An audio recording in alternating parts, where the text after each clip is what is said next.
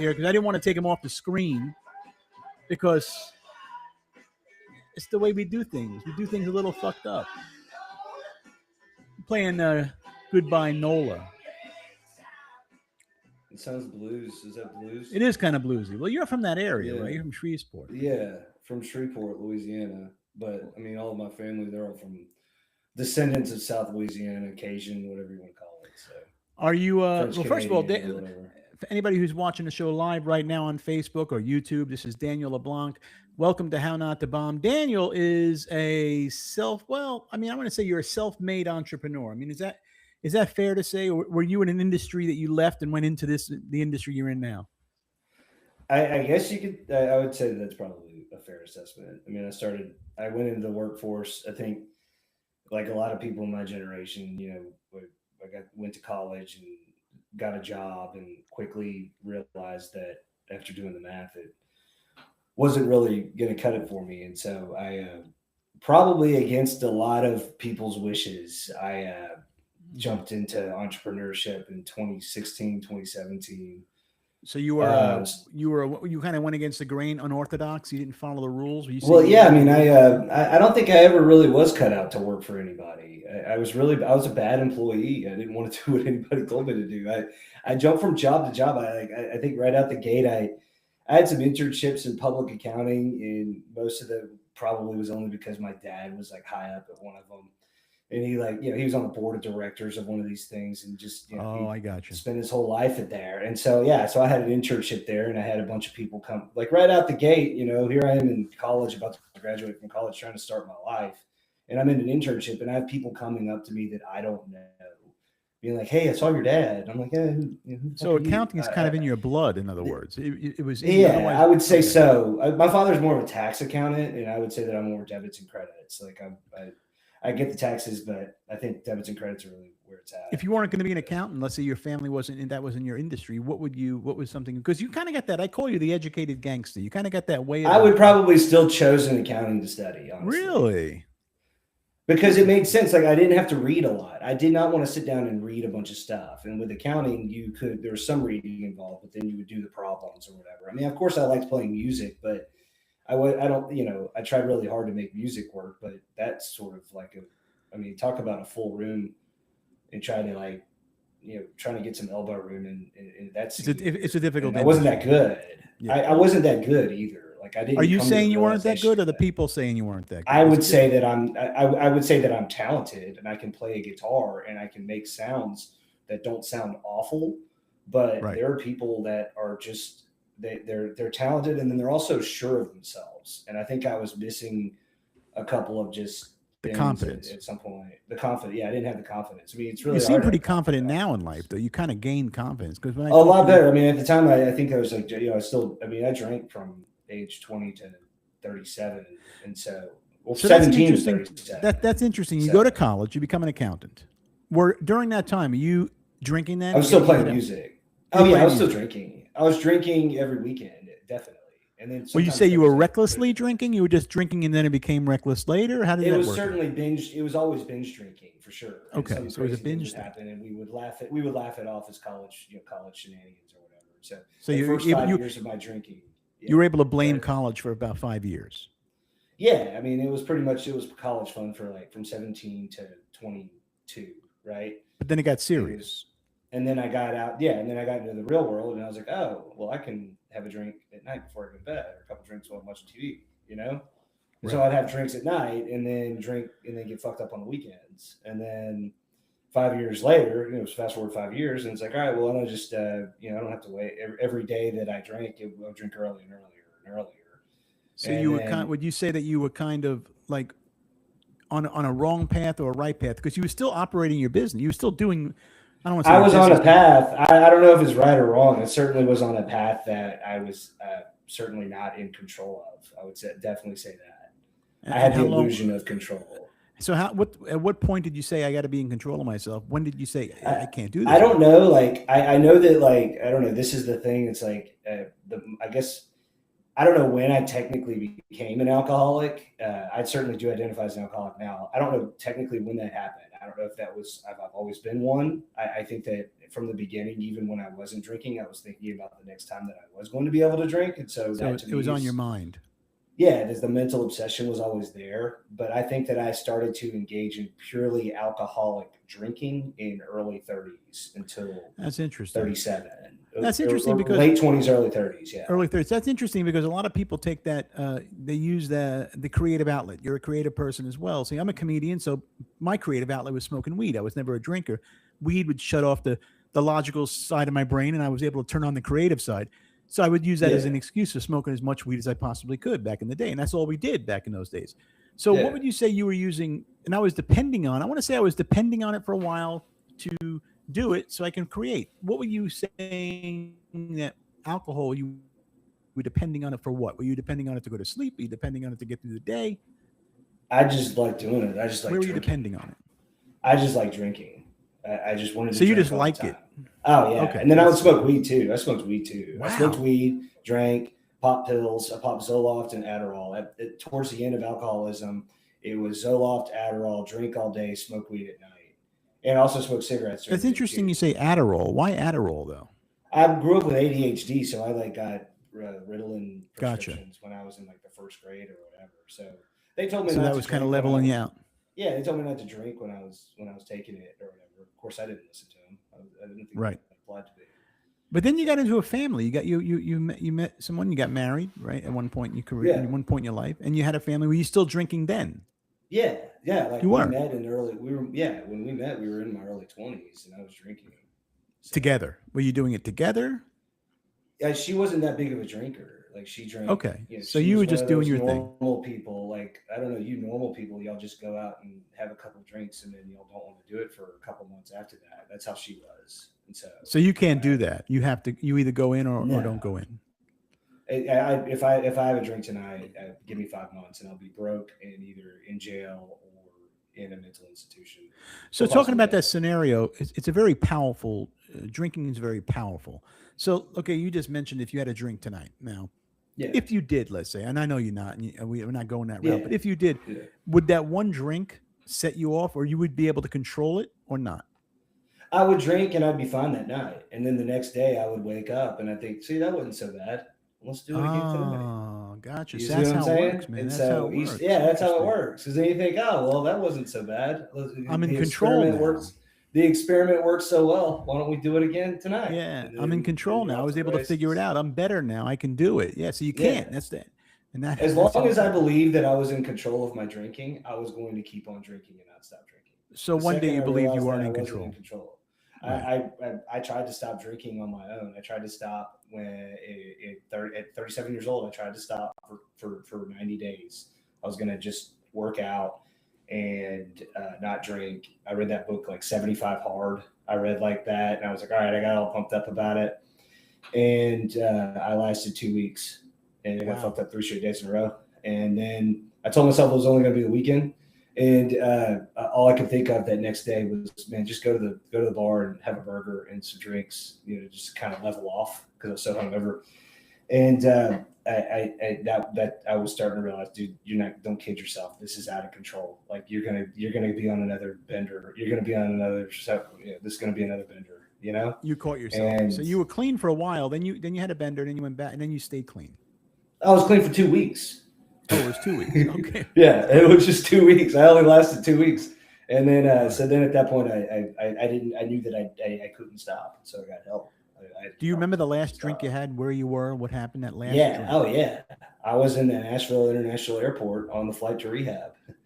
Oh, wow. I checked into You rehab. did it right to the airport. man. You're Yeah. like, Oh "Fuck it, yeah. They I'm were taking like, it." I was like, all right. Well, I mean, I'm going to rehab, so I might as I well. might as well take So advantage and get fucking it was plastered on the It plane. was a fat bottom. It was a fat bottom IPA at the Nashville International Airport. Gaelic So beer was Seafood. your drink of choice, or you were into more Oh, bourbons big and time. Yeah. Like beer? it was either beer or whiskey or red wine, and that was it. I didn't touch anything else. So during the time you were drinking, and I had mentioned to the people that I want to say you hit rock bottom because you hit rock bottom because you were drinking and you got yourself back up. But when you hit rock bottom, you weren't broke. Hit rock bottom, were you? Or was it one of these No, things I wasn't broke. I actually had a you were lot of doing money. well? The last year of my What's drinking, I that? made more money. I made more money in the last year of my drinking than I had made in my entire life. which is So it crazy. wasn't like you ended up in the gutter. You were very functional. That's You what were they making say, money. yeah. You But would then do it. I almost Yeah. blew it all almost immediately. Like I made a bunch of money and then signed another really bad business deal with some other guys to start a gym, and that ended up being a failure, and I almost lost all the money I made. So, Really? oh yeah, So you never really experienced the homeless part or the part where you were down and out because you come from an affluent yeah, family. I'm going to, we had mentioned that before. So you always yeah, had, you grew up well, in other words, you grew up in a yeah, good family. And you got morals and values. You were just out of control with the drinking. So that really is what happened. Then you took a turn, you got out of that world, and then you just stayed yeah. out of that world. It's been I five think like years. if it yeah, it's been 5 years. July 31st Yeah. will be 5 years. So Cool. I Wow. think that like I don't know. It's like there's a term in the program is like Yale to jail, and so it doesn't matter. Like you can have a lot of money or whatever, but if you still it doesn't matter. Like I think eventually I probably would have been one of those guys that ended up on from Park Place to or Park Avenue to a park bench or whatever. I mean, it Probably can eventually happen to would have. anybody. I mean, I'm sure you've seen Yeah. people like that. Yeah, I mean, eventually you just kind of your entire life becomes about when you can get your next drink, you know? And then you got out of that world, and now you've been out for 4.5 years, 5 years, and you don't Yeah. even think about it. You don't ever want to go there again, and you never will. Apparently, you made that. No, You made I your mean, decision. I would be lying if I said I don't think about it, but I don't think about it the way that I used to think about it. Right. Like there are times where I'm like, man, it would be great, like on a nice day. How cool would it be if I could drink like a normal person? Then I would get a drink. You know what I'm saying? And that would be so Right. great. But like Right. I know now that that's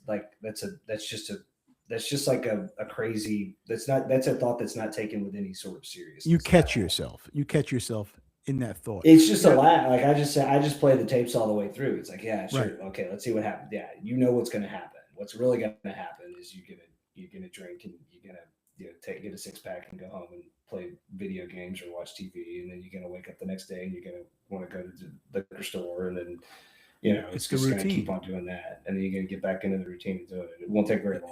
It won't take very long to get back in the It could be routine. quick. And So I always said this show is called.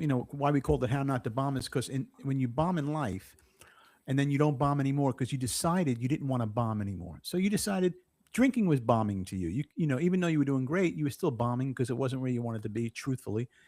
But when people bomb, they decide one day, I'm just not going to fucking bomb anymore. I'm not going to do it. And then they just stop doing uh-huh.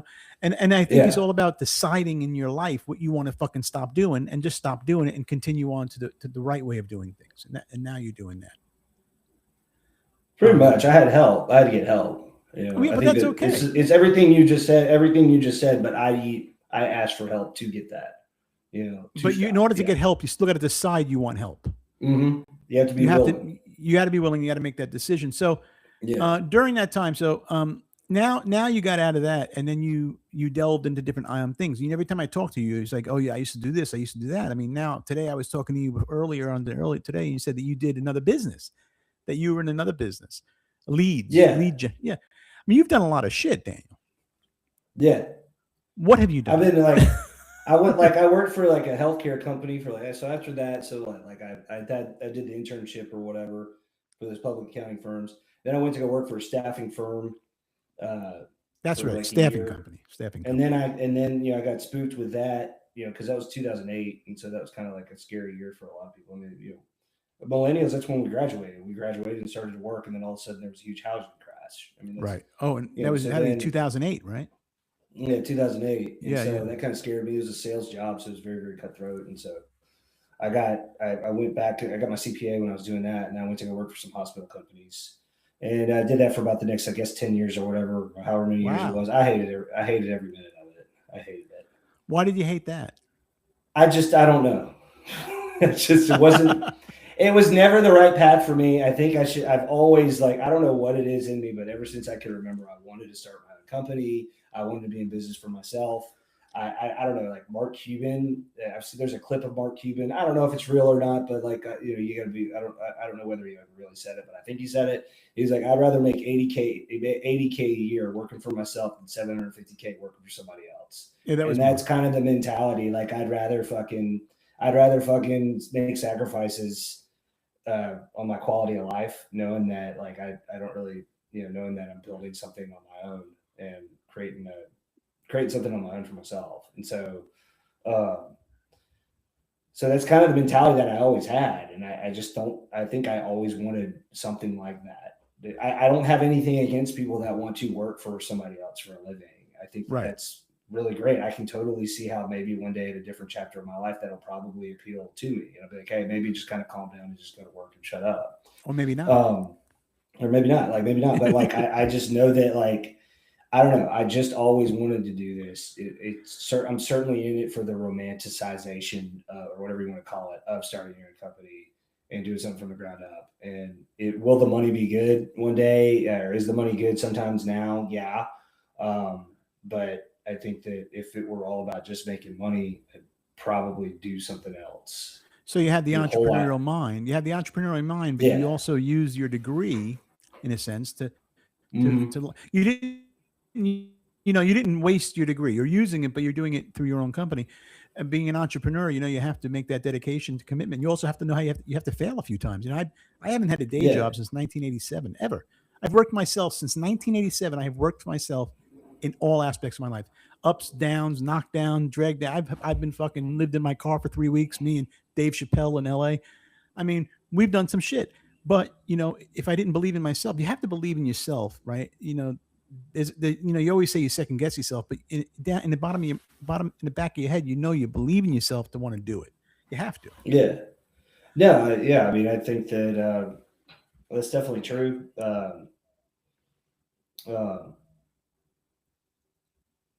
I would say that I certainly, I don't know whether or not it's a case of me whether or not believing in myself. It's almost like I don't want it any other way.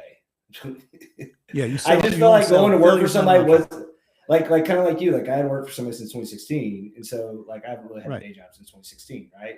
Right. And to me, like there's been some really really low moments since then when I was trying to go through those failures and work through them. Give us an example of a low moment if you can. I had like a business partner at the time that was taking advantage of me, and I was doing all the work and making all the money, and he was spending all the money. Wow, you see? And so almost like I realized that I wasn't going to be able to probably pay for shit at one. You got to pick your poison. Kind of snuck up on me.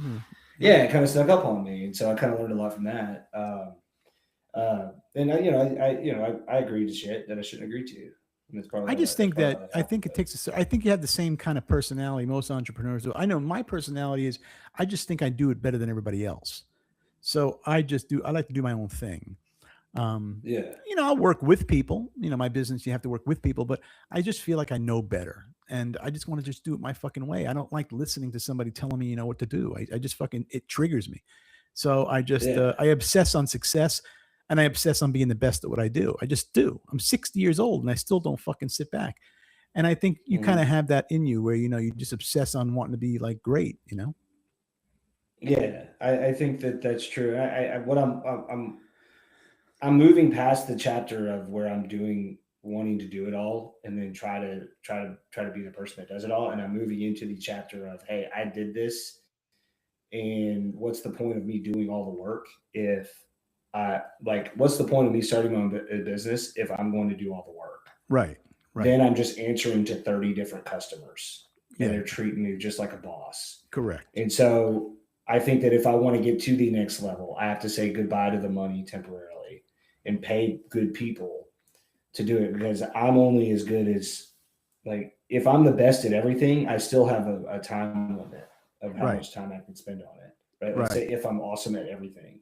But if I can, hire people on and just, this person's probably not going to be awesome at this, but they're really awesome at everything else. So let's just give it a shot. And that is kind of the new era that I'm moving into. And so I also know that if I want like a payout at the end of this, like it's going to have to be because I built something that customers have a relationship with the company, not me. Not you. Well, the head of Keller Williams, the founder, Gary Keller, he said it best. He goes, I became successful because I hired people that could do the job better than me, and I learned. And if you hire people that could do the job better than you, your business is, and you take care of them, you pay them well, and you do the right thing by them, they're going to blow you up, because you have to accept, you're good at doing one thing. He's great at doing another thing, and utilize that talent, and then you just become fucking powerful, Yeah. I think that's the way you have to be, and so right now your business is fucking blowing up. White Olive CPA is I would say is one of the top CPA firms in Middle Tennessee, and growing and scaling, and you continue to do so every day. In the middle of tax season, you're fucking growing. I mean, I think this says a lot, because you're able to now step back a little bit, I think. From what I gather. I mean, we got ways to go to be the top in Middle Tennessee. I mean, there's some big players here, but we're certainly doing good things. I mean, you're in the race. Yeah, I mean, I think we're on track. We did $300,000 in my first year when it was just me, and $600,000 the next year with me and a couple other guys, and 1.2 million last year. I think we're on track to. It's just April now, so but I mean, the way things are going, probably going to clear 3 million. If not, we'll get 2.8. So basically, we're doubling revenue ever since I started, and so I'm just kind of like trying to stay as humble as I can, because I'm kind of at a crucial point where it's like, hey. I've got to really delegate, effectively, and kind of make sure that make sure we got the right people in the right places. If we keep doing that, then we will double. We will continue to do that. You will, yeah. I'm a firm believer in getting the right people. Like you just said, that Keller guy or whatever. Gary Keller. There's a book called Who Not How, and Correct. It's like, hey, I can know how to do everything, but if I don't get the right who's on board, then right, it's not going to matter. Then it doesn't matter. I think another thing to know is like I can have policies and procedures, and I can know how business is supposed to go. But if I get a bunch of people that come into a company and they're not going to listen to any of that, and they're going to do things that they want to do the way that they want to do them, it's going to be a disaster.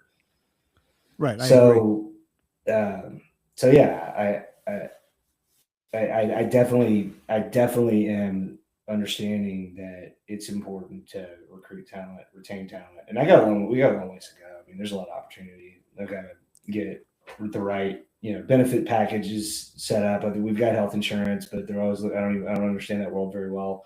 We probably need to get 401k. I mean, there's all kinds of stuff we're trying to do to figure out how can I get talent and retain talent. You're hiring the right talent, but this is the issue that I have, and a lot of people are having nowadays, is with the new generation. So you have talent. Let's think, 10 years from now, the new generation of today is going to be people that you're going to be hiring in probably 10 years from now.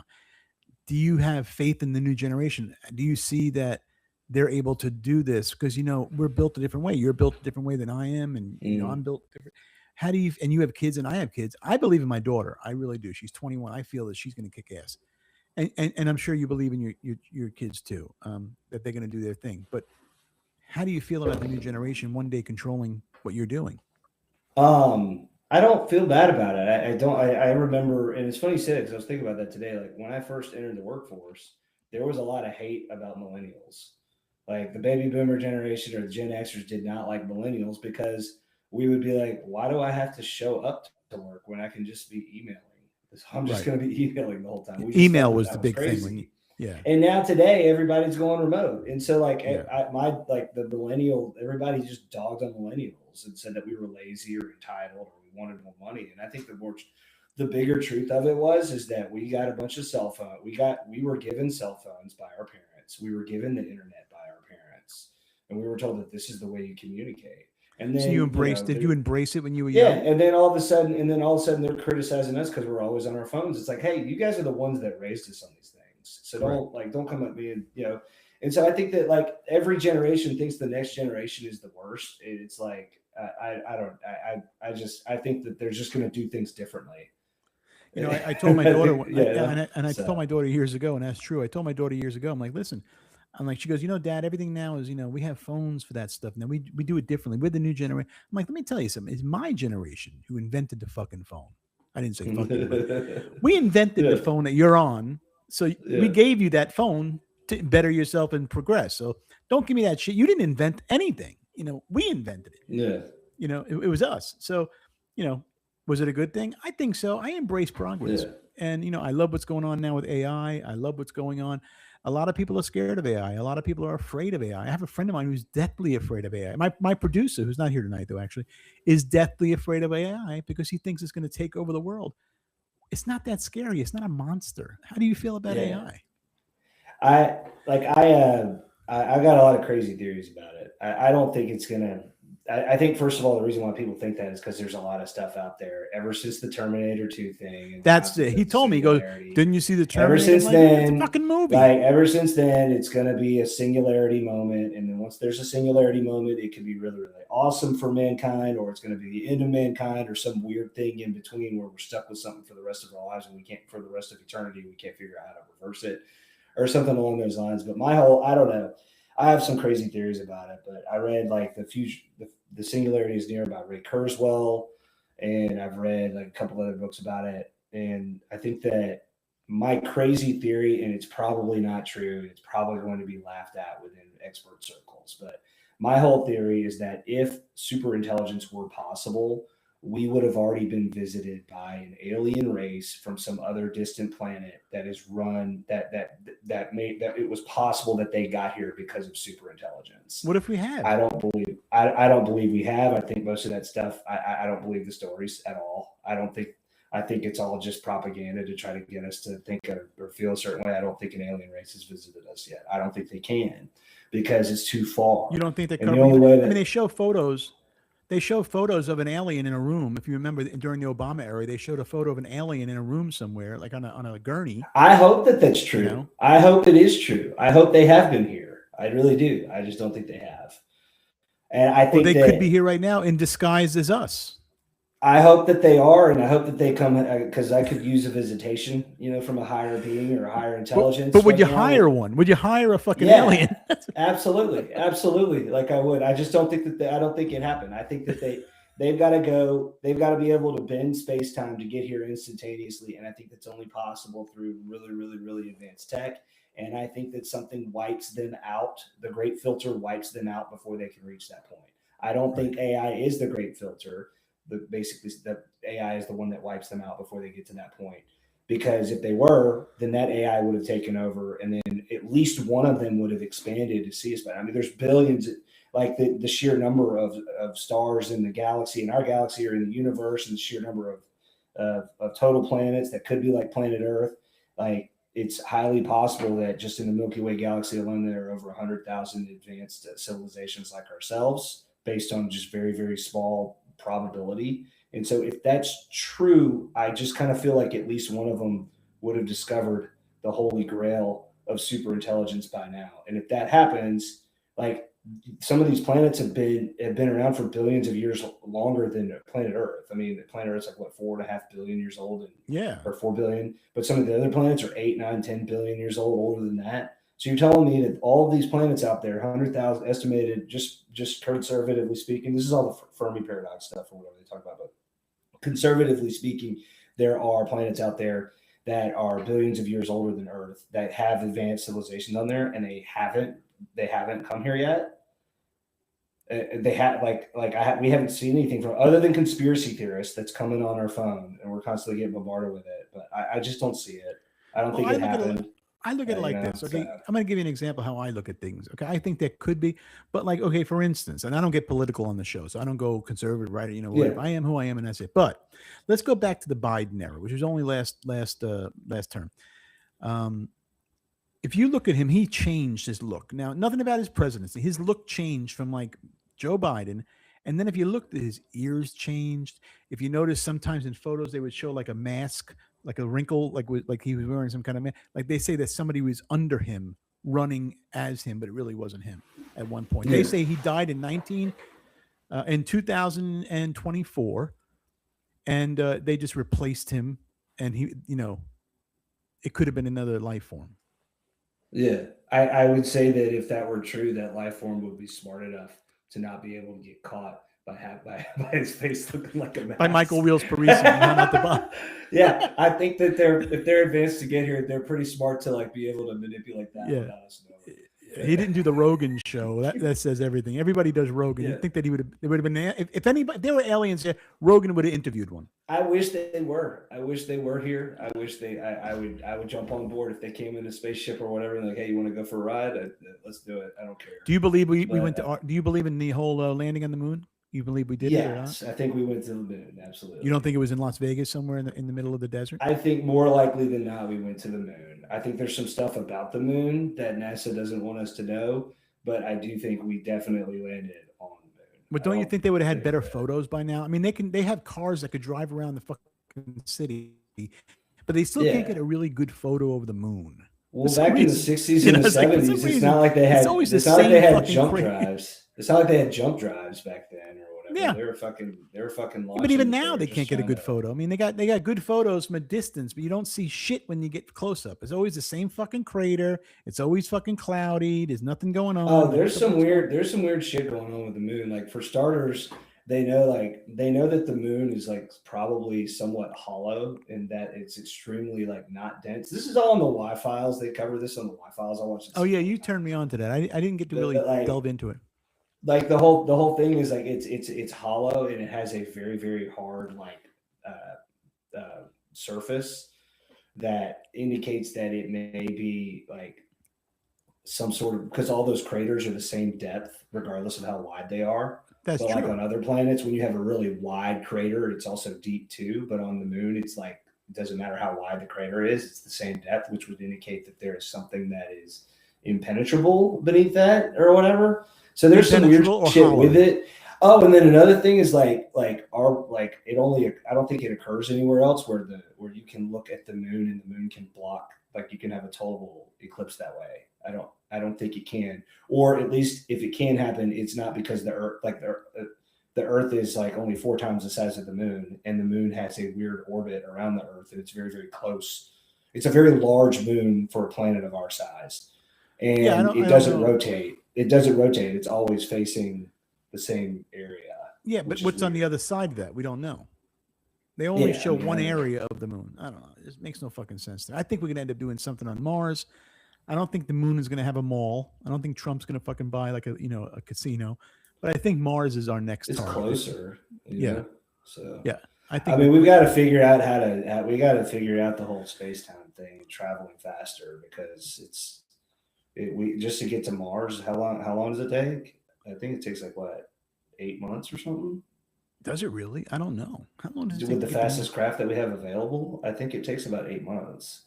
So you have some problem. Yeah, you have some problems if that happens. Like and I'm just like, this is just my YouTube Wikipedia research knowledge here. I'm talking like I'm an expert, but I'm really not. How long does it take to get to the Mars? How long does it take to get to Mars?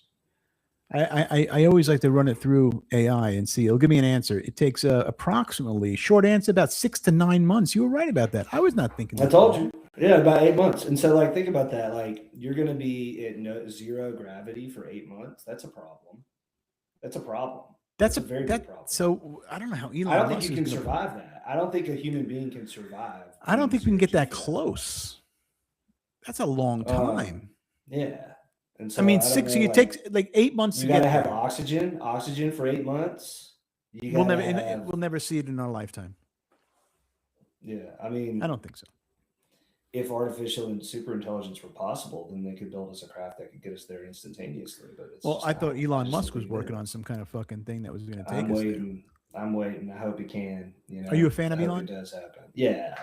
I mean, obviously, somebody that's successful. Of course, I am. Yeah, I'm a fan. I think I have to say, living in Frankfurt, like people don't like. I don't get into the politics of it or whatever. I'm pretty independent. But yeah. I don't care. I mean, people do. People get mad or whatever. I think everything that you see on your phone is designed for you to get mad about something. I believe. Well, I mean, I'm proud of what I am. I am a Republican. Yeah. I'm proud to say it. I just don't. Yeah. I don't go into shit talking. Because I'm not going to debate somebody who just. I'm not going to try and convince. I'm not Jehovah's Witness. I'm not going to knock on your door and try to convince you to fucking join the Republic. You be proud of it. People should be proud to be a Democrat, proud to be a conservative, proud to be a liberal. You be proud of who the fuck you are. Yeah. Be proud of it. If that's who you are, I don't give a fuck. Oh yeah.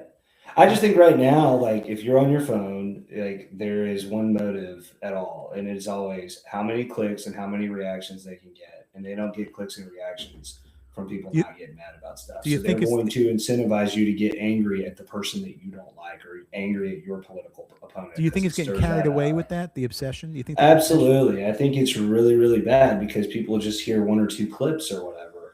And so I think that, like, I don't know if you follow Sam Harris, but he basically says that sooner or later there's going to be like this need for a news outlet that excludes all of that stuff and only presents, like, people are just going to start following non-AI generated, non-whatever, like they certify that they're non-AI generated. and they only report.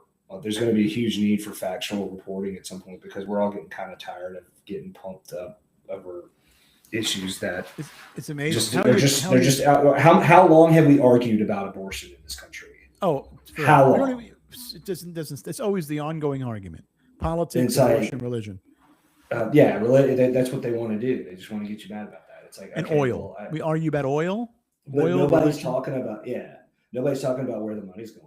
Nobody's talking about the budget because it's not sexy. But let's talk about how our money's being spent. How are your kids on the phone? Like, how are they with social media? How do you? They're not on social media, but they're constantly like playing some game or talking to friends. I mean, they're constantly on it. But when I was their age, I was constantly on a Game Boy. It was the thing to do. I was playing video games, or I was watching TV when I was. Yeah, we did Atari, Space Invaders. And people were like, well, it was different because you didn't take it with you all the time. But when I left, I was thinking about when I was going to get back home and play Nintendo. Exactly, and if you could take it with you, you would have. That's why the game, So I mean, and then they came. What was the small little Game Boy? The Game Boy, right? Yeah. Oh man, I played Game Boy. I remember playing Zelda. What is the PS? Link's Awakening on Game Boy, Nintendo Game Boy. It was Link's Awakening, Zelda. Yeah. I played that game. That changed the whole world. That little thing. Over and over again. It was awesome. Do you game now? Do you do any games now? Yeah, I play some games with my son. We play there's a couple of Xbox games that we play. We try to play like 2-player games. So that's good. Yeah. I think it's I played Call of Duty there for a little bit, but Call of Duty is so damn hard. So many people are so damn good at that shit. And I'm like, God, it almost becomes not fun. It becomes not fun because then you log on and then you get killed every time you fucking walk around. You can't even get anywhere. You can't get anywhere. So, how do you feel about the generations now that go and do these crazy things that they're saying they're contributing to video games, gamers that end up doing mass shootings and the world's fucked up because they're living in a fake reality, and then this whole this whole metaverse and all that, where they're living in these cities that don't exist in real life. I don't know. I don't know about it. I know that I do know that we live in the safest time to be alive since World War II. Like, death by gunfire is fractions and fractions of a percent of what you just said. We live in the safest time. Safest, physically. How do you think? Yes. How do you figure that? How do you feel? How do you? Well, take people who have died from the per capita deaths by gunfire before leading up to World War II, and then per capita deaths by gunfire after World War II has been on the major decline. And so when there's a mass shooting, it is all pumped to our phones. They want us all like, oh my God. And I'm not saying it's awful. Yes, I would hate to die. I would hate for somebody to bust open my office and just shoot me and kill me. I mean, it'd be awful. Right. I'm not saying that. I am saying, however, that the fact that it comes to our phones does a couple things. The first thing, it makes us all hyper aware of the next thing that's going to happen, and therefore it is less likely to happen every single time next time. Because we're starting to become hyper aware. And then number two, we're hyper focused on that event.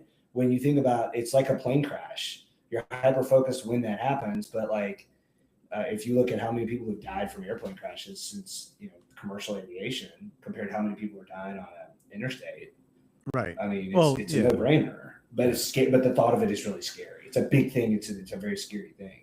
Well, that's so in terms of the shooting or whatever, I think what you're really hinting at is the mental health. Like, how are we going to continue to live in an era where everybody's doing everything on whatever? And when we start agreeing with each other, nobody agrees with anybody anymore. There's no agreement.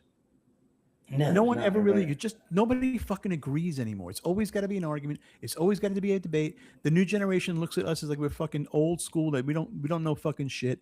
There's never an agreement. We can't agree on politics. We can't agree on religion. We can't agree on fucking anything, really. We just don't agree with each other. I think years ago, and I think that has to do with social media putting so much in front of us. Years ago, they read the newspaper. Everybody say, did you read the paper? Yeah. What'd you think about that? Oh, yeah. And that was it. You moved on. Now there's too much fucking shit going on.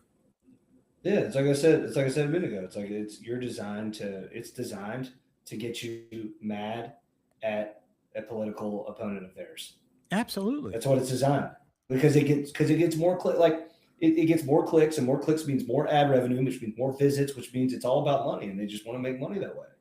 100%. So how can you be getting a real idea of what's actually really going on when all of this information is just flying around? It's like it's and then the problem, I You're guess, judging it's it like, on how many yeah, likes. like it used to be in the music industry, like only one or two big artists got discovered, and there wasn't a huge supply of musicians, right? And so when you hit it big, like you hit it big, and you were the band, and that was it. Like the Led Zeppelins, the Eagles, the Grateful Dead, the Metallicas of the world, right?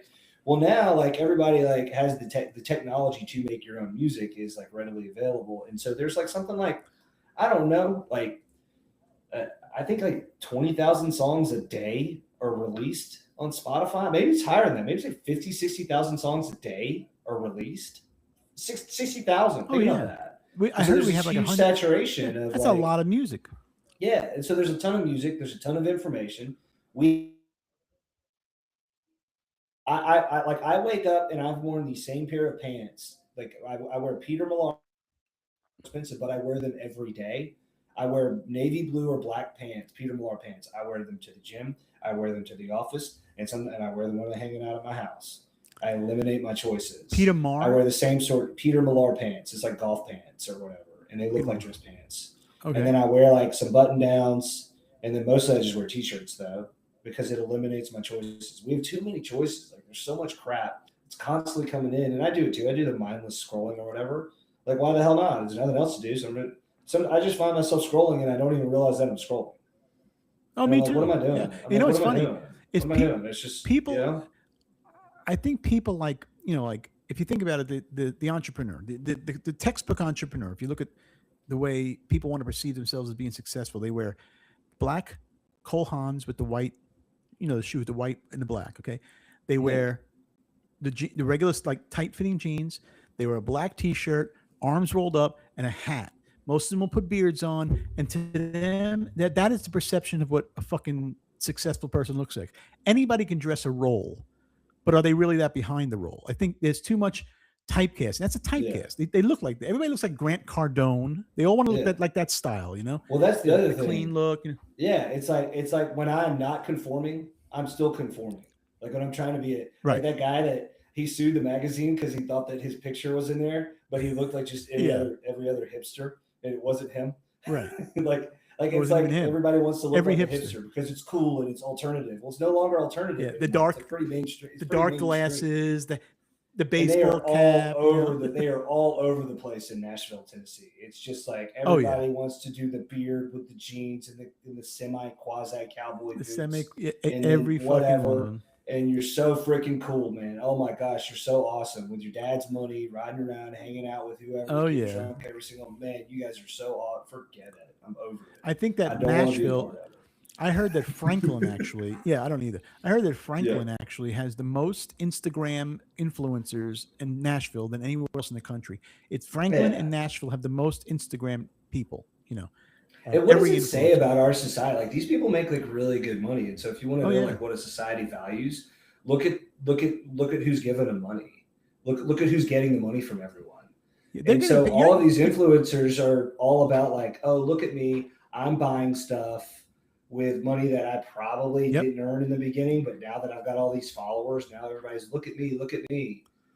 I've had people everything you buy. I've had people literally try to lecture me on the fact that this is a long time ago, and I'm not going to name names, okay? But I've had people lecture me on the fact that I want to get likes from my posts a long time ago, back when I posted a lot. What do you mean they were lecturing you? They were like lecturing me about how that was vain and conceited, or it was all about me and getting more followers. And these very same people are influencers now. Oh yeah. Like, are you kidding me? Like, it's they didn't just listen to their own advice. The clueless. It's just completely like the lack of self-awareness.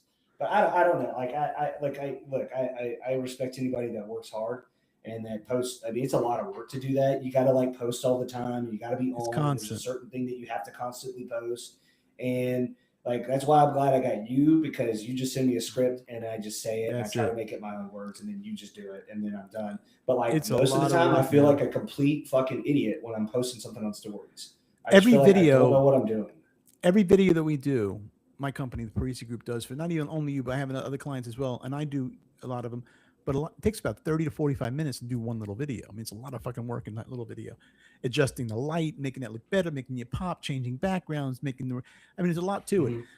And with my clients, I have these younger people that work for me, that kind of do it remotely. So I hire them on, and they'll work for my other clients, and then I'll work for certain ones that I feel I kind of want to be a part of their world because I like what they're doing, like your company, White Olive.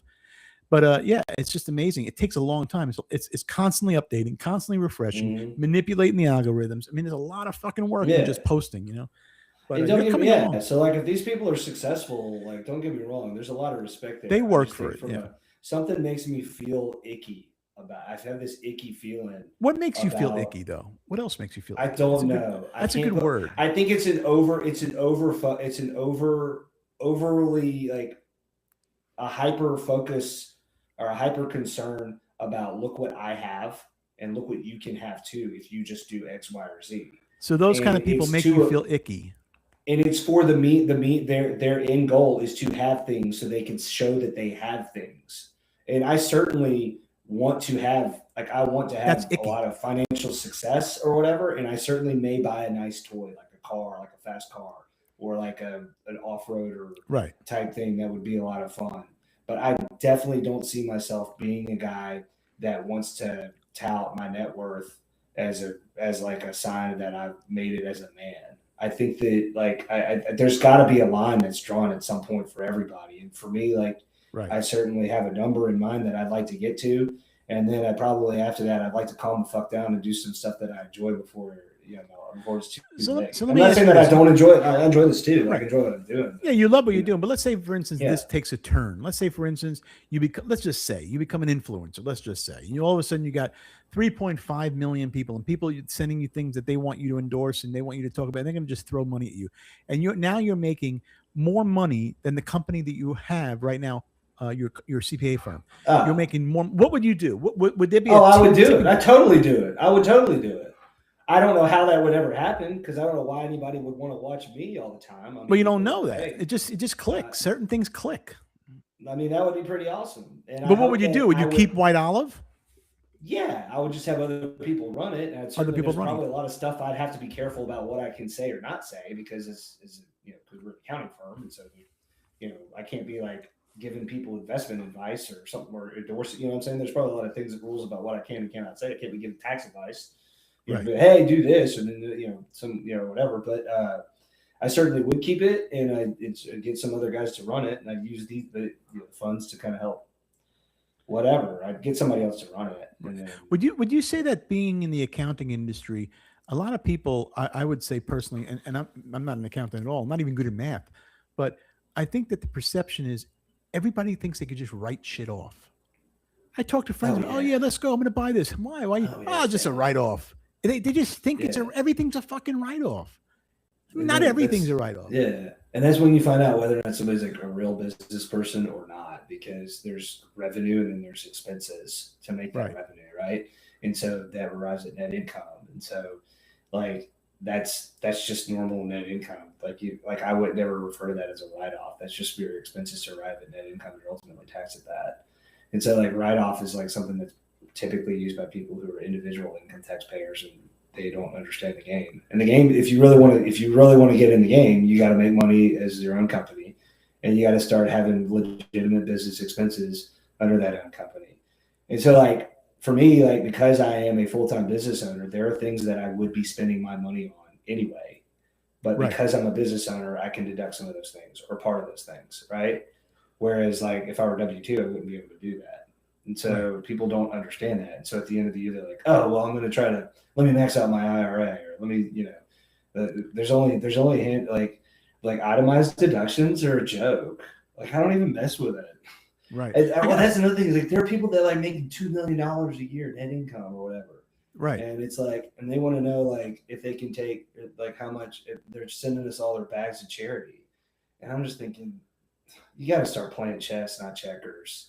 My friend's trying to convince me. Start thinking about your structure. Get a trust. A friend of mine is trying to convince me to buy a G-Wagon. He goes, no, just buy one. I'm like, why? He goes, you could write it off. It's over 6,000 pounds. I'm like, I heard about that, but I don't know how true everything is to that. Yeah, He there's goes, also "No, a if it's concept of like in your industry, is it common for people to Right, have cars exactly. that are that high, that much higher above? You fair have to market you have to value? be able to make it. You have to show why, You know, right? like come on. Like I would love to get a G wagon. There's one parked 2 doors down from our office right now, and it looks awesome. And I was Yeah, walking in, I was thinking, I was like, man, if I sold, it's my favorite. So I was thinking about it's buying so cool. one because it's a Those are write-off. so cool. They're very, very cool. You could probably write They off are some great. of it, I but love depending them. on the business, like I would probably write off only the amount of the value of a car that is common for your industry, and then go from there. I would I not have a write off Mercedes the that I entire write value off. of it. That I Yeah. can write off. Yeah, My it Mercedes just is under my depends on business. how much more above the fair market value it is. So Yeah. that's what you're. So That's they what say you're you have to. They say you should buy a new one every couple of years because of that fair market value. That's what I heard. I don't know how true that Well, I is. mean, the cool thing about it, like for me, like I mean, you can buy one and then take depreciation, and so I do that a little Right. bit. But then I have to think about the fact that if I'm in a car accident and the car's in the name of my company, ooh, you know. But That's true. that's what insurance is for. But at the same time, like how like I have a CPA firm. Does it make sense for me to have multiple trucks Right. under my business? No, it does not. So does it have a business purpose? It does not make sense for me to buy like a bunch of nice cars and put them under the name of my company. Oh, by the way, I'm a CPA firm, so I'm supposed to not do stuff like that. Yeah, you're supposed to tell people. You know, yeah, like it sets You're kind of a abusing bad- your own system. It doesn't, yeah, it doesn't look very well, especially if I want to stay in business. So like Yeah. I've got one car that I have in the name of my company, and I had a Jeep before. I had the name of my company, and then I sold the Jeep. I got rid of that, so it's not still under the name of my company. And then I've got got a Dodge Durango, and it's pretty, it's pretty much it. And I like the people are like, Durango. oh, do you use it for your business? Yeah, I mean, all the time. When am I not? As an entrepreneur, when am I not fucking working? You're I'm always always working, fucking working. constantly. I'm working right now. This is a This is a Yeah, write-off. This is work. This is a write-off. This is work. Yeah, it's just write it off. It's a write off. I At can the end find of the my day, like, write-off. does it have a real business purpose? Can you defend whether or not it has a business purpose? And I don't think having a G wagon is going to have a lot of business purposes unless you're like in the business of selling nice shit. Right. And you want, you know what I'm saying? Like it's just a different deal. I mean, maybe it is. Maybe like you want to show up to a big comedy show. Well, that's what I'm in a saying. How does it G-Wagon, work with you know what I'm that? When saying? you want to show up to something and you're in I business, mean, you're it sounds to me like if you want to get like recognition from people that are higher up, there's probably a business case that could be a legitimate expense. well, if you It's want to like, close a deal, though, let's say you really want to close a big deal. Somebody pulls up in a fucking Nissan Sentra. This guy is like, I don't want to do business. I'm already perceiving him not to Yeah. be, successful. But if somebody pulls up in a G-Wagon, I'm like, of course I want to do business with this guy. He's gonna fucking make me money. Yeah. But So I as a think CPA, though, they'd probably be like, that's a red flag that as a CPA, is supposed to be conservative with his money, and he's pulling up in a Right. G-Wagon. What the fuck's going on here? On top of that, he's taking deductions on it. What? Yep. That's just doesn't. Yep. It just since you got to think about that. It just depends on what role you're in. I mean, I think that I should have a nicer car. yes, but, you should. like- You're an owner of a company. You should have a nice But car. it should be. There should be there should not be a holy shit. Look at that car that guy's got. Wow, like it should definitely. And there's like that movie with Denzel Washington where like his friend buys a fur coat, or he goes and his wife bought him the fur coat. He was an American Gangster, I think it's called. And Denzel Washington's wife buys him this big fur coat, and he goes to this event, and everybody sees Yes, him. And American Gangster. Yeah, it draws unwanted attention. And so it's kind of the same. It's kind of the same way. Like I don't want to draw unwanted attention. And I had a Jeep that was pretty big. It had 37-inch tires, and it certainly was turned some. Did you heads, put but I ducks in liked it? Did you have ducks on Yeah. the dash? Yeah. Yeah, I that's put the thing. fucking ducks on the dash or whatever. don't- But like you know, I don't know why people do Yeah. that. I don't really know the reason for it. I'm not a Jeep owner. I think it's interesting to see like 50 ducks in a row. I guess you have your ducks in a row. I guess they call that, right? yeah, I think that's what I don't know why it did. It's just a thing. John But Gotti. I had a lot of fun driving it, but it just was not practical anymore. So I just got. I love a some Jeep. things easier. I like It's the Jeep. awesome. They're fun. Oh, they're so. I fun. do like them. So I just I don't know how I feel about the ducks. John Gotti was driving before he died. He was driving a Mercedes Benz, very flashy guy, had Rolexes, with $1,000 suits, and he fucking got put in jail for the rest of his life. Carlo Gambino, who founded the Gambino family, that Gotti later Carlo Gambino drove around in a piece of shit fucking car, barely had any fenders on it. Used to eat at it was a baker. Used to live in the fucking regular place in New York City, shit little fucking hole in a wall. And he was a multi-billionaire gangster who ran. He was the Gambino family, and he never went to jail a day in his life. Died of natural causes. So it goes to show you, you fly under the radar, man. Fly under the fucking radar. You don't got to be flashy. Yeah. It doesn't matter what people think, you know. No, really that's totally true. But So, it goes back to the reason why I like have a company and I want to make money. Like I kind of want to just make money so that way I can, I don't know what I'm going to do when I get it to a certain level. I know what the number is.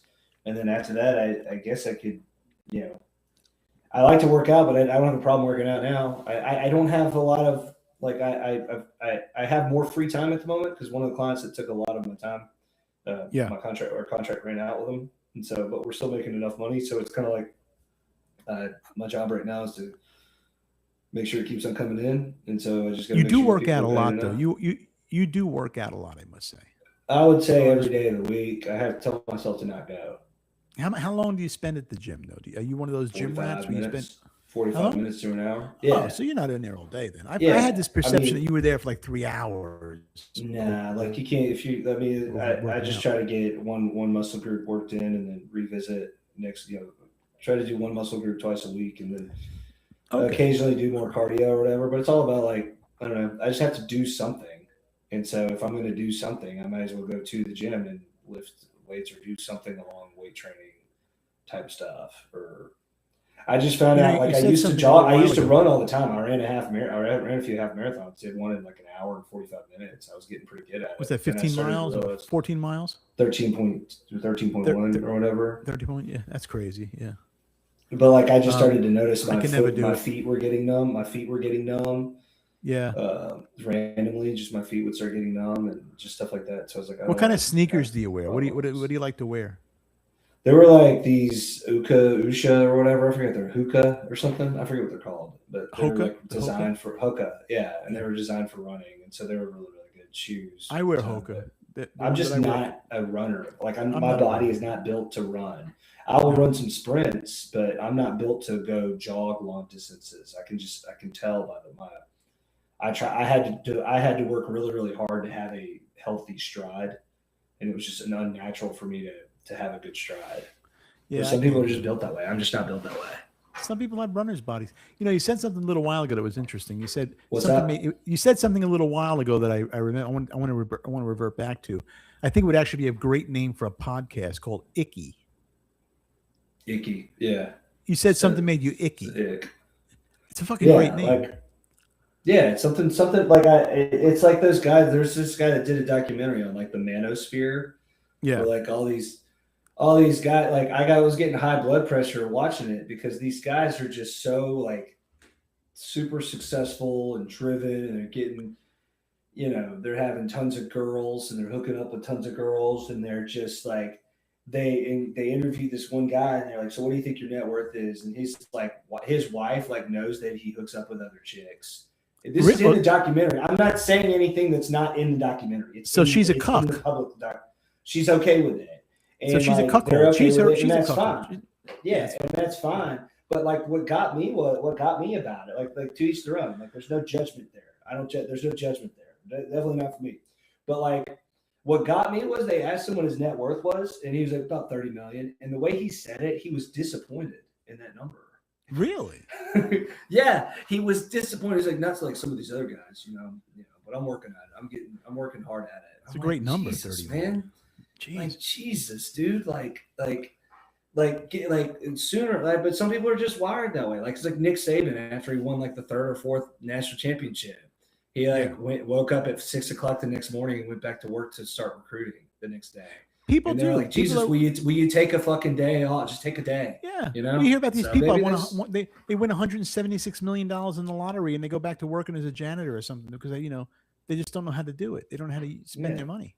I mean, I would. Yeah, it's like I would. I mean, I get it. I get it to a certain extent. I think that like whatever. I think for me, like whatever is driving you to get to that point, though, like make sure like you're not forfeiting your morals or your soul or whatever to get there. I think that's the thing for me. And it's if I was constantly wanting to have like I certainly would like to have a house in Florida, but it doesn't have to be a huge. I don't have to have a huge house. And if I'm at a point where I've done a lot to get to be worth 30, 40, 50 million dollars, and like it's just even having that much money and then having some big ass mansion that a bunch of people have to constantly have maintenance crew to work just to keep it up to date. That just stresses me out thinking about it. Like, didn't I get a bunch of money so I didn't have to stress? Like, I'd like to just have something that's quiet. Like, again, it's back to what you said, like lay under the radar, pick a place that nobody knows about. And so you could be fucking quiet and left alone. Fucking chill. Grab some food, go grab some food down the road or something.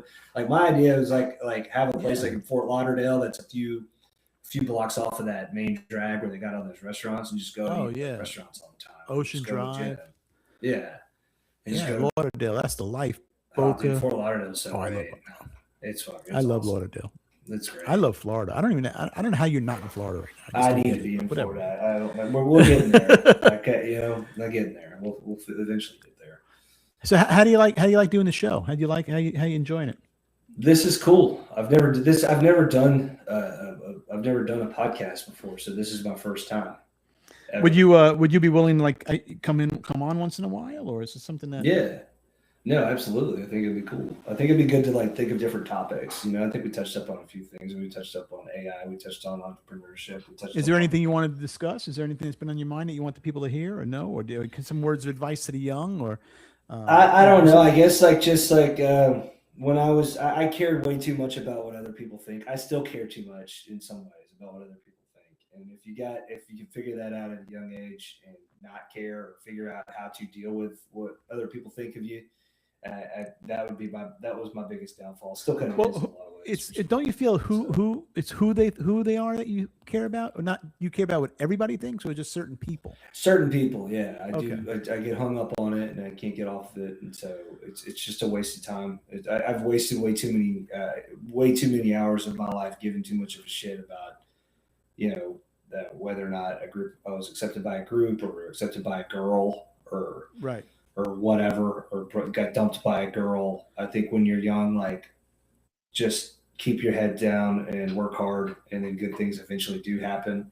And I guess like when we talked about social media, it's like just realize that whatever you're being fed is everybody's trying to get like followers, right? And so their agenda is to get followers, and so you just kind of gotta. I'm not saying stay off of it. I don't think that's the answer because it's kind of impractical, but like certainly realize that you just got to work hard and then good things happen. I agree. And one day, another thing that I would say is like, it's not like you're not going to, I spent a lot of time in my early entrepreneurship thinking, man, I can't wait till my big break happens. And then it would never happen. Like It's not going to be a lightning in a bottle moment, more likely than not. But if there will be a lightning in the bottle moment, you will have had to have been working hard already. And then that made that lightning in the bottle moment possible. But most of it is literally just doing the stuff every day, doing the stuff you don't want to do every day, and making yourself a little bit uncomfortable but not too stressed out. And so that's kind of, I guess, if you had to find a balance there, that would be my words of wisdom.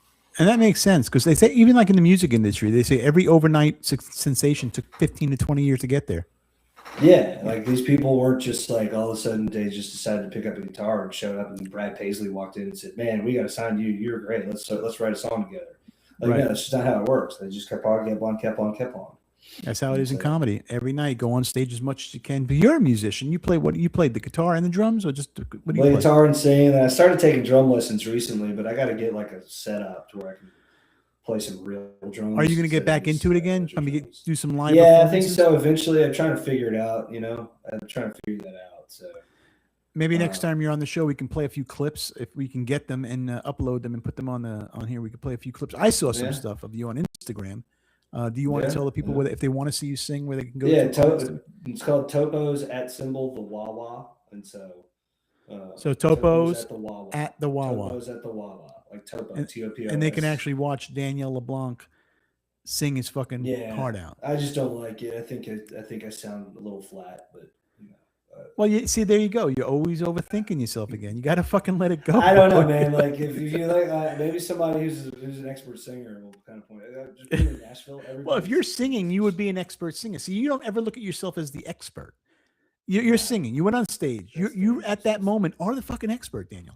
Like, no, I mean, like, there's guys like I don't know, like when you're in Nashville long enough, you start realizing that like there's a technical way to do stuff. There's a right and wrong way to write music and play music. And so I guess I get pretty close to the right way, but I'm still kind of off. I think. What's your genre? Would you say? What genre do you fall under? Alt rock, with a little bit of classic rock or something. So you like that would be like 90s alt? Yeah, alt 90s, alt rock. Yeah, alt 90s. Yeah.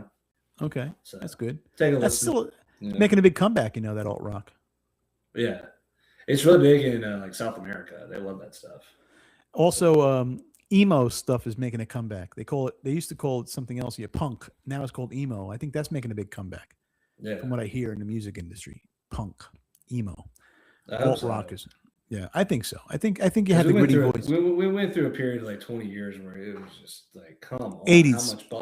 How much bubblegum pop are we going to continue to try to push out? I think the 80s music, my generation music sucked. The 80s sucked. I mean, it's fun to listen to now, but it sucked back then, Yeah. I hated it. But like, I don't know, like we had like what, the Britney Spears era that just blew up, and then everybody was like listening there. Everybody was trying to like get the studio produced albums that cost like millions of dollars to make. And then they're all there's a big production behind it. It's like, man, can we just get some guys that write their own fucking songs and sing them on the fucking stage and play their own fucking instruments? Can we please just have that again? Back in the day, that's what it was. Yeah. So. Nobody plays instrument. Auto tune is big. Nobody plays their instrument. Everybody can do it right from the fucking computer now. They can make a whole fucking song right from the computer. AI can do it for you. I mean, like, if they can do it from their computer, and at least if they created it, and they use, and they wrote the song and sang it themselves or whatever, then they created it. I'll take that as a win. I guess that's cool. If it be, you can't watch it live. It would be nice to see like everybody to stop listening to the bubblegum pop and just start listening to like rock music or alternative music or a genre of music where people are actually playing an instrument and making and singing their own songs. Well, I'll tell you, never came back. Boy bands never came back. Yeah, thankfully, hope not. Yeah. So I'm not saying they're not talented, but it's just like, come on. We know that you just got together so y'all can make money. And I got nothing against making money, but can we like at least write some stuff that makes you feel it? Like whatever happened to like the Eagles or Metallica or Led Zeppelin or like those guys, like Hotel California. Can you write a better song than Hotel California? It is amazing song. No. Those days, or even Guns N' Roses before Axl started to lose his voice and sounded like Mickey Mouse. Like Guns N' Roses back in the day, the live era. November Rain. November Rain. How great was November Rain? Even the song "The Strange," I thought that was a great song too. And so what about songs like that? I think Guns N' Roses would be one of the top. I like Kurt Cobain too back then too. I like Kurt. Yeah. I like their stuff. Do you see the new the new report or whatever that he may not have killed himself, or they think that? I heard about that. Yeah. Another conspiracy. I will say this though. I was living in Hollywood at the time, and I saw him dead. People know. In Hollywood, know a lot of shit that's not out there in real life. You know the inside scoop. People had proof of it then. People say Tupac's not dead. They said Elvis wasn't dead for years. Kurt Cobain didn't kill himself. Well, then what happened? Nobody really knows exactly what happened. Yeah. I think that people don't like when things happen and we don't understand it. It's not meant to be understood. It's hard to accept, and so maybe we try to think of other things that could be possibly happening. And I think that's kind of how a lot of conspiracy theories start. But some of them are true. I mean, I agree. I never got a vaccine. I never got a COVID vaccine. I didn't either. And then I didn't want to wear the mask. I get yelled at for not wearing the mask. I thought it was the dumbest thing ever. Now all of a sudden, yeah. Oops, we were wrong. Yeah. Well, the whole ridiculous. COVID vaccine, if you think about it, we were right about not taking the COVID vaccine. How many people are getting Bell's palsy, fucking dying of heart attacks? The young people are dying of heart attacks just during school days and just dying. Yeah. A lot of shit's going on. That fucking vaccine was meant to clean a lot of fucking shit out of this country. Yeah. Like ethnic cleansing. I didn't do it. Luckily, I was getting loaded. Luckily, during COVID, I was getting loaded all the time. and I was in a rehab facility, and I kind of just missed the boat to ever get a COVID vaccine. Did you get 'Cause loaded while you were in the facility? I was trying to get sober, and so like the whole time I was focused on getting sober. You were And focusing on then, like, when you were when you were in the nobody ever rehab. asked me, like I was consulting after that, and so Yeah. I consulted remotely. And that company that I was consulting for, they required all their employees to get the COVID vaccine. And so if you wanted to protest to get the vaccine, like it was a thing. Oh yeah. Like they wouldn't fire you for it, but they kind of made it hard for you to work there. And I'm thinking to myself, dude, thank God I don't work there because I do not want to get that thing. I just didn't want to get it. I just thought it was dumb. I'm not against getting the polio vaccine or the tetanus or those other vaccines that are proven that like you should get those. No one's saying you should get those. Correct. But flu vaccines are a fucking joke. They don't work. Every fucking year they nobody knows. It's like a randomized sample. It's probably not. Why would you do that? Why would you put something in your body? It's fucking dumb. It's absolutely dumb. It's poison. And so you're putting poison. And they, the whole entire deal, the whole thing was like something was weird about it with COVID. And I'm not the only person that says this, but something was weird about it. You had millions of people dying every day. Yeah, it's stupid. Hundreds of thousands of people are dying, and they wanted to make sure that everybody knew that too. You know what I'm saying? Oh yeah. Like we wanted to know that Italy was really bad. I remember that. Oh yeah, that was the big how one. bad Italy is. Yeah. And I don't know. I don't. It's kind of like what now? All of a sudden, nobody's dying from COVID. What the hell happened? Yeah, what happened? It just disappeared? Did we it's all called get the flu. To it? It's called the fucking flu, people. So we got immune to it. But then here's another thing. This is gonna be controversial, okay? And I may be completely off base here, but I don't know a single person that knows a single person that has died from AIDS. I don't know him. I don't know anybody personally. I don't know anybody who died from AIDS personally. I've heard. So we had a disease that was killing primarily two demographics of people in the 80s and 90s, right? Let's just say it. It was killing primarily black people and gay people. Right. Now all of a sudden it's gone and it's kind of not a problem. Yeah. I don't know. I'm just saying. Well, how do you feel about they saying that in Russia they actually found a cure for cancer in Russia? They're curing cancer. They're curing cancer. They say in Russia. I wouldn't doubt it. But of course, they don't want that in this country because. And I worked in healthcare for a little bit, and so I'm not saying that I'm like an expert on it, but I do know this much: they love hospital visits. They love the money that hospital visits get. There's no money in health, only in sickness. They want to keep on coming in. That's what they say. There's no money. There's no money. Yep. You can't be a doctor. Can't make money if you're healthy. They can only make money if you're fucking sick. I just want to know, like, eventually, when is our moral compass going to kick in and start saying, "Hey, health insurance executives, when are you going to jail?" You know? Well, yeah. Because we know that one of you guys know how to cure this shit, and we know what you're worried about your next quarterly earnings statement. That's what you're worried about. There is somebody out there right now that knows how to cure this shit. I 100% agree with that. There's somebody that fucking knows, and it's only a flip of a switch. And if something happens to me for saying this and this gets released, I'm not suicidal. So nobody's gonna care. Exactly. Neither am I. I'm not that important. Nobody's gonna care what I have to say. There you go again, doubting yourself. Nobody's gonna care enough to kill me for saying this. What if so many people cared about what you said right now? You're fucking doubting yourself again. Yeah, that'd be funny. Like this guy's got like hey Daniel, by the way, when we get off, there was 30 million people listening to what you say. I didn't mean to say half that shit. I didn't mean it. You know? That's funny. Well, cool, man. This was a good show tonight. Actually, we did an hour and 13 minutes. Thanks for having me. Yeah, man. Well, this is not going to be your last, but you'll end up with a podcast in 6 weeks from now. You'll have a whole fucking blown out studio over there in fucking Franklin. If I know you, let's do it. I don't see why not. Just start having people on.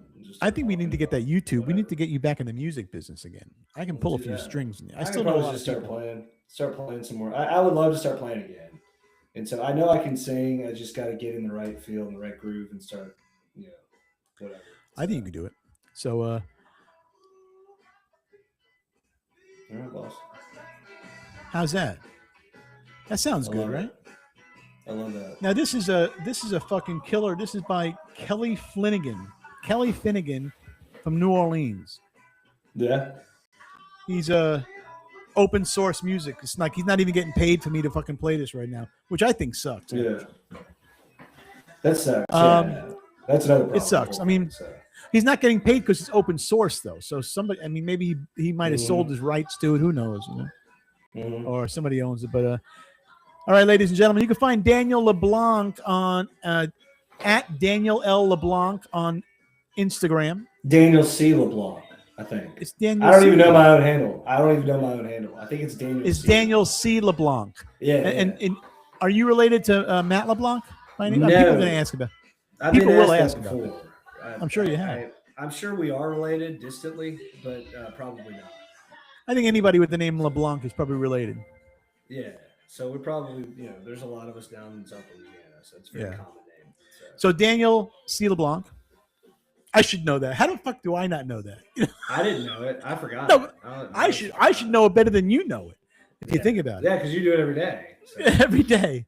And then don't forget to go to White Olive. Some people CPA. probably think that I'm constantly on social media, and I'm totally I say. Here we are talking about how you think too many people are on social media, but when they go onto your account, they're going to see video after fucking video after video. No, yeah, absolutely. Like, what the fuck is he talking about? I'll be like, talk to Michael. I don't even. This guy's a fucking asshole for saying that. I occasionally troll. I'll make trolling comments on certain posts. Yeah. Just a well-placed sarcastic troll. Yeah. And then just get out, and then. I'll know if it's a good trolling comment or not, based on the mad reactions and the angry replies. And I'm like, all right, I got him. And then I don't even respond. I just move on. Wait, that's a quick. That's something that I want to talk about that real quick, and then we can go texting. All right, when people text, when people text me like a thumbs up, I actually get offended by a thumbs up. Yeah, I'm like, what are you fucking thumbs up? And what is that? Like you're ignoring me? Like who the fuck? You just can't. You can't. It's like passive aggressive. Like it is. Like thumbs up. I just fucking told you all this cool shit. You give me the thumbs up. When they're doing a thumbs up, I think of them. I picture them doing this. That's what it looks like to me when they do it. Yo, fuck you, asshole. Yeah, good. Go on with yourself, you badass self. That's what it's like. Yeah. So. All right, my man. Don't forget Daniel C. LeBlanc at Instagram. It's at Daniel C. LeBlanc. Also, don't forget whiteolivecpa.com. You can check him out on his website, and also at whiteolivecpa on Instagram. We're going to get him back into the music business, and I think we're going to have him on once in a while on How Not to Bomb, because this was a great show. I think Daniel's going to probably doubt that it was a great show. Maybe. Hope he doesn't. But this was a great show, man. And don't forget, stay tuned. I think you did a great job. You went out. I like your mic. I like the headsets you got. I got the mic and the headset. I think I'd like to do this. If you got another guy that comes on, I'd just kind of be your tag teamer and just kind of ask questions here. I have a guy who's a producer that handles a lot of the back end stuff, but his internet's all fucked up tonight. But he sometimes, like, I would have had him on tonight with us, and so it's kind of cool that we can bounce it up together. But I wanted to do this one kind of with you. We also have coming up next week on the 9th, we have Freddie Rubino's coming on the show. And then I got Larry Mazza coming on the show, who's an ex-mobster that turned his life around. He wrote a book called The Life. And then I got a guy named Gio Aretos coming on from Las Vegas, and he's a big real estate investor there. So they got a great show. And maybe I'll bring you on one night with another guest. So it's kind of like cool where you can come on and kind of be like my co-host with the other guests, and we both can ask them questions, and I'll give you who the guy's going to be, and we can talk about it. But this was great. This was fun. This was fun. I felt really relaxed too. You did a really good job. This is the most relaxed I've ever heard you. Yeah, this is very, very like almost therapeutic. Maybe I should. It's very therapeutic in a way, and I'm glad you're doing good. So so for the people out there who are listening to the show, Daniel's kicking ass out there. He's 100% in doing his thing, and he's growing every fucking day. White Olive CPA is growing. Music is growing. Instagram is growing. You have great kids, and you're just killing it. And I think you could find. I think you could say your life is good, right? I mean, do you say life is good?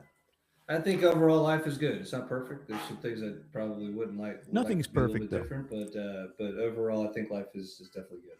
So. Cool, man. All right, brother. Have a good night. Stay right there. I'm gonna sign off, and we're gonna get out of here. And that's it. We're all good to go. See you next time on How Not to Bomb. See ya.